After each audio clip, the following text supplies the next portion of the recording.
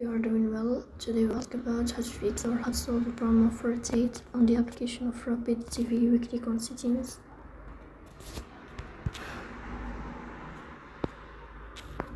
You will go here to settings.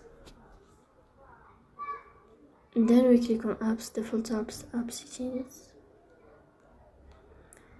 In this page we click on Rapid TV. Then we click on first stop and you will click OK. Here you will enter to storage.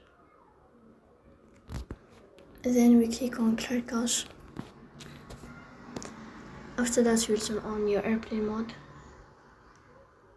and you will turn off your airplane mode again to fix that problem. So please don't forget to support us by like and subscribe. See you next time and thank you for your watching and your